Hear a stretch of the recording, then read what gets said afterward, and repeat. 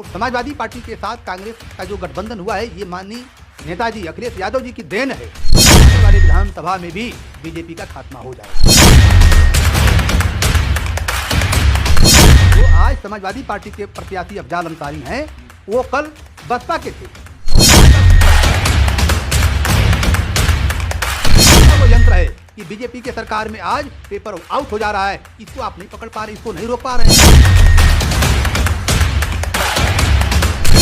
दोस्तों 2024 लोकसभा चुनाव को लेकर के बिगुल बज चुका है और कहीं ना कहीं देखा जाए तो इंडिया गठबंधन बनाम इंडिया, तो दोनों में किस प्रकार से लड़ाइयाँ होगी देखा जाए तो जो इंडिया गठबंधन का जो संचालन करता था कहीं ना कहीं इधर उधर लोग बहक जा रहे हैं, तो क्या होगा इस बार और किस तरीके से रणनीति बनी है, थोड़ा आप इसको विस्तार से देखिए।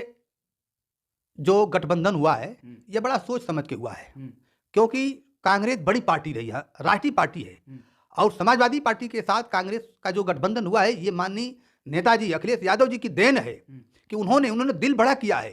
उत्तर प्रदेश में कांग्रेस की 1-2 सीटें अब तक रही है, कांग्रेस का कहीं कुछ रहा नहीं है। उनके वोटर भी जो थे, कांग्रेस के वोटर जो हुआ करते थे वो कहीं बसपा में चले गए, कहीं सपा में चले गए, कहीं इधर का उधर हो गए। लेकिन आज जो 17 सीट माननीय जी ने दिया है, मैं तो माननीय अखिलेश यादव जी को धन्यवाद देता हूं, और कांग्रेस के लोगों को भी मैं उन लोगों से अनुरोध और निवेदन करता हूं कि ईमानदारी से जो गठबंधन हुआ है, जो उनके वोटर हैं, क्योंकि कांग्रेस के वोटर में और भाजपा के वोटर में कोई अंतर नहीं है।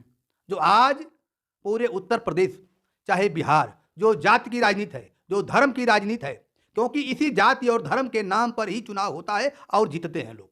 इसलिए अगर ईमानदारी से कांग्रेस साथ दे दे और समाजवादी पार्टी का जो कैंडिडेट है, दोनों लोगों का तालमेल अगर ईमानदारी से हो जाए तो यह गठबंधन मजबूत होगा और आने वाले विधानसभा में उत्तर प्रदेश तो बीजेपी को खत्म करेगा ही, लेकिन आने वाले विधानसभा में भी बीजेपी का खात्मा हो जाएगा। बात किया जाए अनेक पार्टियों की, तो आपने समाजवादी पार्टी की, कांग्रेस पार्टी की और भी पार्टियों का नाम लिया, और उसमें बसपा पार्टी आती है बहन मायावती जी का, उसके बारे में कुछ जिक्र नहीं किया, उसके बारे में आप देखिए। पिछली बार बहन जी का गठबंधन हुआ था और गाजीपुर हम लोगों ने बहन जी के प्रत्याशी को, जो आज समाजवादी पार्टी के प्रत्याशी अफजाल अंसारी हैं, वो कल बसपा के थे, और समाजवादी पार्टी के लोगों ने ईमानदारी से चुनाव जिता करके सदन में भेजने का काम किया था। लेकिन बहन जी के कुछ जो बयान आए थे, मैंने उसमें कुछ लेटर भी देखा था जिसमें उन्होंने कहा था कि यादवों ने धोखा दिया है। लेकिन ऐसा नहीं, अगर यादव धोखा देते तो हम इतनी कम सीट नहीं जीतते।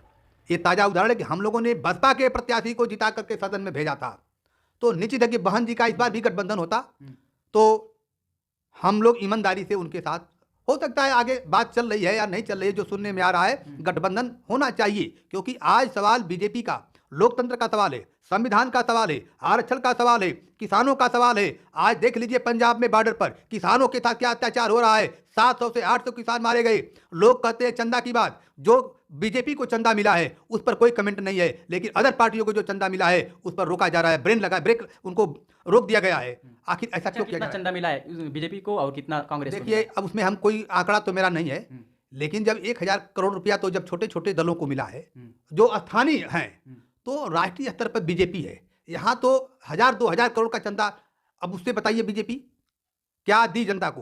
पेपर लीक हो गया। आप ये सोच लीजिए, आप के यहाँ जो टिकट आज बंटवारा हो रहा है ना, आज बीजेपी के विधायक और सांसदों को पता नहीं है कि किसको टिकट मिल जाएगा, क्योंकि मोहन को आप देखें, एक विधायक को उठा करके बना दिया गया मुख्यमंत्री। एक बिहार में देख लीजिए, आप उधर छत्तीसगढ़ में देख लीजिए, ये किसी को नहीं पता चल रहा है। लेकिन आपका कौन सा वो यंत्र है कि बीजेपी के सरकार में आज पेपर आउट हो जा रहा है, इसको आप नहीं पकड़ पा रहे, इसको नहीं रोक पा रहे हैं। ये कहीं ना कहीं बीजेपी लोगों के साथ, जनता के साथ मिल जाती हैं, अगर नहीं भी मिल पाती हैं तो प्रधानमंत्री का चेहरा कौन होगा इंडिया गठबंधन में? ये देखिए, खुलासा करिए। ये तो मजाक हो जाएगा। अब चेहरा, अभी बीच में खड़गे की बात आई थी, लेकिन चुनाव जीतने के बाद हम तो यही कहते हैं, माननीय अखिलेश यादव जी ने भी कहा तो होगा ना, किसी का चेहरा तो होगा कि यदि अब जब गठबंधन है तो देखिए, जिसके जितने विधायक होंगे, जिसकी जितनी संख्या भारी उसकी उतनी भागीदारी।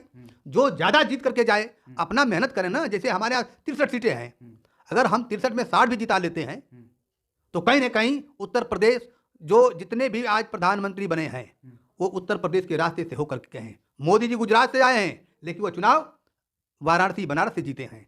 तो अब चेहरा उस समय होगा, किसको बनाया जाएगा, कौन बनेगा, वो गठबंधन दूसरा होगा, क्योंकि उत्तर प्रदेश कोई अकेले नहीं है, इसके अन्य प्रांत भी हैं। जब बैठक होगी आपस में नेतृत्व जो फैसला करेगा, चेहरा दे दिया जाएगा। ये तो नेतृत्व का फैसला, इसमें हम कुछ नहीं कर सकते। तो चलिए दोस्तों, कमेंट करके ज़रूर बताइएगा आपको यह वीडियो कैसी लगी और किस प्रकार से जिन्होंने जिस तरीके से जवाब दिया, अगला प्रधानमंत्री का चेहरा कौन होगा, चाहे विपक्ष से चाहे पक्ष से, किसी भी तरीके से आप जवाब दे सकते हैं। तो दोस्तों, इसी तरीके से खबर देखने के लिए देखते रहिए आरएम